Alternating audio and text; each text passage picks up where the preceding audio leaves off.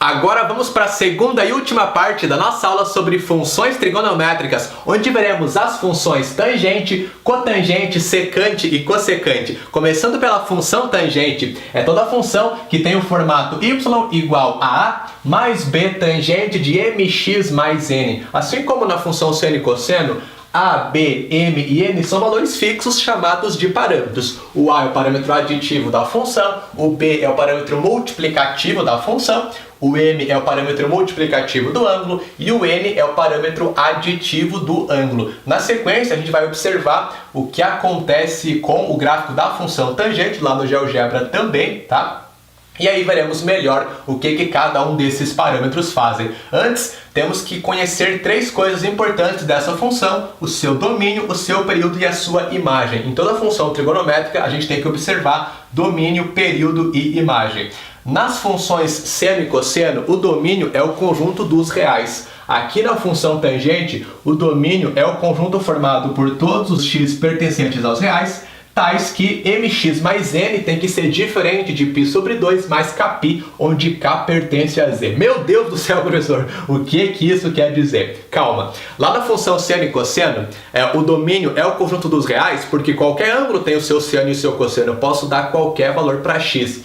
Já na função tangente tem um pequeno probleminha. A tangente não existe para todos os ângulos. Tem alguns ângulos que não têm tangente. Quais são esses ângulos? Os ângulos cujo cosseno é zero, porque tangente é seno dividido para cosseno. Como eu tenho essa divisão, eu não posso dividir nada por zero, assim o cosseno não pode ser zero. Quais são os ângulos onde o cosseno é zero? 90 graus, 270 graus e todos os ângulos que são congruentes a eles, né? Porque eu posso ficar dando voltas no círculo e cair nesses dois pontos, do 90 e do 270 graus, eu vou ter infinitos ângulos ali. Como que eu represento esses infinitos ângulos? É π sobre 2 mais kπ, onde k é o número inteiro. Se eu estou somando ao π sobre 2 sempre múltiplos de π, eu vou andar sempre de π em π. Então eu vou cair sempre nesses dois pontos, do 90 e do 270. Assim eu represento esses infinitos ângulos, tá ok? Então, para você encontrar o domínio da tua função, você tem que fazer com que o ângulo que você tem seja diferente de π sobre 2 mais kπ, onde k é o número inteiro, que são todos os ângulos onde a tangente não existe. Já temos um exemplo para aplicar isso aqui. Encontre o domínio da função f de x igual a 2 vezes tangente de 2x mais 2π. Vamos lá. Domínio dessa função f, o que vai acontecer? Qual é o ângulo que nós temos nessa função, nessa tangente aqui? É o 2x mais 2π. Então, sabemos que 2x mais 2π, que é o ângulo dessa função, tem que ser diferente de todos os ângulos onde a tangente não existe. π sobre 2 mais kπ, onde k é um número inteiro.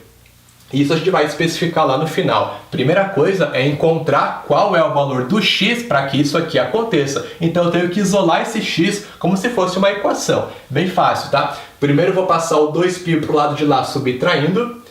Fica 2x diferente de menos 2π mais π sobre 2 mais kπ. Tá ok. Agora eu tenho que somar o 2π com o π sobre 2. O k você não junta, tá? O k você deixa sempre separado. Então eu vou juntar esses dois caras aqui. Fica 2x diferente de 2π, aliás, menos 2π mais π sobre 2. Tem que tirar o mínimo múltiplo comum, porque tem esse π sobre 2 que é uma fração. Como tem só o 2 de denominador, o mínimo fica ele mesmo.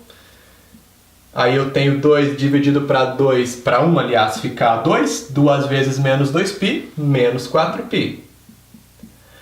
2 dividido para 2 fica 1, 1 vezes π, menos 4π mais π.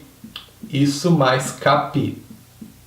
O 2x tem que ser diferente de menos 4π mais π, fica menos 3π sobre 2, mais kπ. Agora é só passar esse 2 que está multiplicando dividindo. Assim, o nosso x tem que ser diferente. Como eu tenho essa soma, o 2 vai passar dividindo os dois caras que estão somando ali. Menos 3π sobre 2 dividido para 2 fica menos 3π sobre 4. mais κ dividido para 2 fica mais kπ sobre 2. O x tem que ser diferente de menos 3π sobre 4 mais kπ sobre 2 para que eu tenha o meu ângulo diferente de π sobre 2 mais kπ. Então esse é o domínio, o x tem que ser diferente de todos os ângulos que são congruentes ao menos 3π sobre 4 mais π sobre 2 vezes k, onde k é o número inteiro. Agora eu vou escrever então esse domínio. É o conjunto formado por todos os números x, por todos os arcos x, melhor dizendo, pertencentes aos reais, tais que o x tem que ser diferente de menos 3π sobre 4 mais k vezes π sobre 2, ou kπ sobre 2, é a mesma coisa, eu sempre vou somar múltiplos de π sobre 2, né? Eu vou andar sempre de 90 em 90 graus, onde esse k pertence a z, ele é um número inteiro. Esse é o domínio da função, tá ok? Então isso aqui é uma coisa que acontece muito nas questões de função tangente, elas trabalham bastante com domínio. Agora o período, lá na função seno e cosseno, vimos que a gente divide 2π pelo módulo do parâmetro multiplicativo do ângulo, porque seno e cosseno repete a cada 2π radianos. Já na função tangente, vamos dividir π pelo módulo do parâmetro multiplicativo do ângulo, porque a tangente repete a cada π radianos. Então, é só você dividir π pelo módulo do número que está multiplicando o x dentro do ângulo. Bem fácil. E para finalizar essa parte inicial, temos a imagem. Na função seno e cosseno, a imagem ela tem um intervalo limitado, porque seno e cosseno são limitados entre menos 1 e 1. Porém, a tangente ela é uma reta, lembra disso? Então eu vou ter infinitos valores que essa tangente pode resultar. Imagem, portanto, é o conjunto dos números reais. Aí você pode ficar pensando o seguinte, tá, professor, mas se a imagem é o conjunto dos números reais, qual é o ângulo, por exemplo, que a tangente resulta 7? Aí eu represento dessa maneira, é a arcotangente de 7.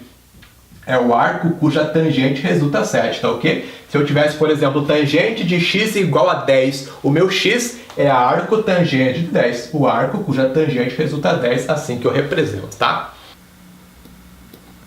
Agora vamos para o GeoGebra observar o que acontece com o gráfico da função tangente. Então, vamos inserir aqui a função tangente genérica y igual a mais b vezes tangente de m vezes x mais n. Para começar, vamos colocar 0 para o parâmetro a, 0 para o parâmetro n e 1 para os parâmetros b e m. Ou seja, vamos analisar a função tangente mais simples, que é a função tangente de x. Olha só o seu gráfico que bonito. Vamos colocar ele de vermelho aqui. Muito bem. Ele é composto por essas infinitas curvas que são todas iguais. Cada curva dessa daqui é uma repetição da função tangente. A função tangente também é periódica, cada curva dessa é uma repetição. Qual é o período dessa função? Para encontrar período na função tangente, eu divido π pelo módulo do m. Como aqui o m é 1, o período é π. Significa que essa função ela repete de π em π. Exatamente o que nós temos aqui. Olha só, no 0 tem uma curva, no π tem outra curva, no 2π tem outra e assim vai. Repete a cada π radianos. De π em π eu tenho uma repetição que é uma curva. Muito bem. Qual é o domínio dessa função aqui? Como eu tenho tangente de x, o domínio é qualquer número real, que seja qualquer x real, que seja diferente de π sobre 2 mais kπ. Lembra disso? O meu x aqui ele não pode ser 90 graus, 270, ou seja, π sobre 2, 3π sobre 2, e qualquer ângulo que é congruente a eles, né? Então, por isso que eu não tenho gráfico aqui justamente no π sobre 2, no 3π sobre 2 e no 5π sobre 2. São valores de x que não fazem parte do domínio, não existe função aqui. Se eu traçar a reta x igual a π sobre 2, se eu pegar esse domínio π sobre 2, ó, não existe função para ele. Essa reta nunca vai tocar a função tangente. Beleza? E qual é agora a imagem da função? É o conjunto dos reais. Essas curvas elas não terminam nem para cima e nem para baixo. Os valores de y que a função tangente ela assume são todos os números reais. Beleza, essa é a função tangente de x. Vamos agora adicionar alguns parâmetros. O parâmetro a, ele só faz o deslocamento vertical de todas as curvas, não altera o formato delas, tá? Então, só deslocamento vertical. O parâmetro n também faz deslocamento, só que horizontal. As curvas vão para a direita ou para a esquerda. Deslocamento horizontal. O parâmetro b, esse sim, ele altera o formato dessas curvas. Não pode ser zero, porque eu deixo de ter a minha função tangente, né? E aí, quanto mais longe de zero for esse parâmetro, mais próximo de uma reta as minhas curvas elas ficam, né? Muito bem. E por fim, o parâmetro m, ele altera o período da função e também o seu domínio.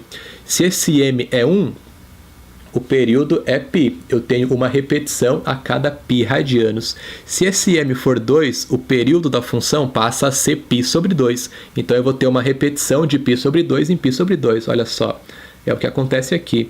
De π sobre 2 em π sobre 2 tem uma curva, tem uma repetição. E aí vai alterar o domínio, né? Então, é isso que acontece aqui na função tangente. As funções trigonométricas mais importantes são as três que nós vimos até agora, a função seno, cosseno e tangente. As demais funções, cotangente, secante e cossecante, precisamos conhecer apenas domínio, período e imagem. Então, vamos lá para a função cotangente. Ela tem o mesmo formato que a função tangente, só que ao invés de ter a tangente, tem ali a cotangente, né? Então, tá ali. Muito bem. Qual que é o seu domínio? É o conjunto formado por todos os x pertencentes aos reais, tais que mx mais n tem que ser diferente de kπ, onde k pertence a z. Ou seja, o ângulo da função não pode ser nenhum ângulo igual a 0, 180 graus e todos que estão na mesma posição que eles. Por que que isso acontece? É só lembrar que cotangente é o inverso da tangente. Se tangente é seno sobre cosseno, cotangente é cosseno sobre seno. Se eu tenho essa divisão, o seno não pode ser zero. Onde que o seno é zero? No 0 e no 180 graus. Então, se eu estou no 0 e no 180 graus, como é que eu represento todos os ângulos que podem cair na posição desses dois caras? É 0 mais kπ, onde cai o número inteiro. Se eu estou no 0 e eu vou sempre somar múltiplos de 180, vou andar sempre de 180 em 180, sempre de π em π, eu vou sempre cair no 180 e no 0. Vou cair sempre nesses dois. Então, se o meu ângulo tem que ser diferente de 0 mais kπ, eu tenho kπ, ele tem que ser diferente de kπ, onde k é um número inteiro. Aí é a mesma ideia que nós vimos anteriormente na função tangente. Você tem que pegar o teu ângulo, mx mais n, ele tem que ser diferente de kπ. Aí você isola o x para encontrar de quem que o x tem que ser diferente para você ter o teu domínio, tá ok? Muito bem. O período é o mesmo período da função tangente, porque a cotangente repete de π em π radianos. Então, é a mesma coisa. É só dividir π pelo módulo do número que está multiplicando o ângulo, o x dentro do ângulo, tá ok? E a imagem também é o conjunto dos reais, porque a cotangente também é uma reta. Vamos agora para finalizar com a funções, né? Secante e cossecante. Vamos lá. A função secante tem o formato y igual a a mais b, secante de mx mais n. Porém, secante é o inverso do cosseno, lembra disso? Então essa função é a mesma coisa que y igual a mais b, que multiplica 1 sobre o cosseno do ângulo mx mais n.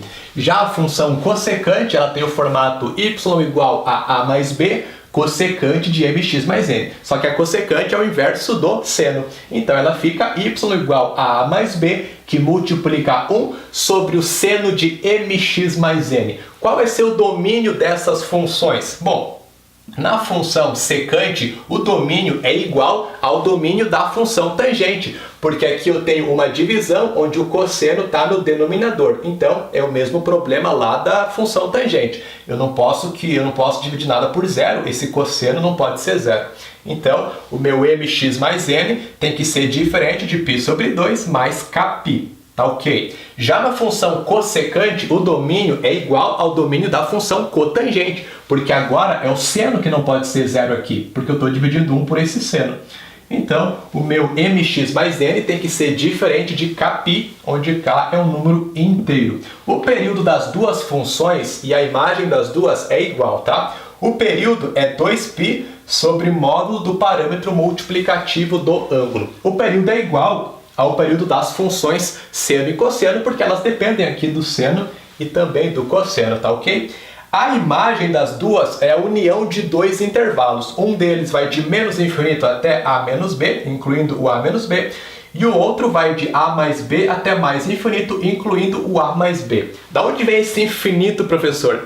É porque eu estou dividindo aqui para esse seno e aqui eu estou dividindo para esse cosseno. Esses caras nunca podem ser zero, mas eles vão ter valores muito próximos de zero. Então, quando eu divido 1 para um valor cada vez mais perto de zero, isso tende a infinito, tá? Mas não se estressa com isso aqui. Como é que você faz para encontrar essa imagem de uma forma bem simples? Você vai olhar para a tua função secante como sendo a função cosseno e você vai olhar para a tua função cossecante como sendo seno. Aí você encontra a imagem dessa função. Já vimos isso lá na função seno e cosseno, né? Você vai encontrar um intervalo. Vamos supor que esse intervalo, sei lá, é de 2 até 5. Você vai pegar de menos infinito até 2, pega de menos infinito até o valor mínimo desse intervalo que você encontrou, incluindo esse extremo. Então, de menos infinito até 2, incluindo o 2, coloca o colchetezinho fechado. União com o intervalo que vai de 5 até mais infinito, incluindo o 5. Você só deixa fora os valores que estão entre o mínimo e o máximo que você encontrou na tua imagem ali, simulando seno ou cosseno, tá ok? Essa foi a nossa aula com as funções trigonométricas. Se você gostou, não esqueça de curtir o vídeo, clique aqui no gostei, comente, compartilhe e também inscreva-se no canal. Fique agora com a aula de exemplos, onde faremos algumas questões para aplicar tudo isso aqui que a gente viu. Tô te esperando lá, valeu!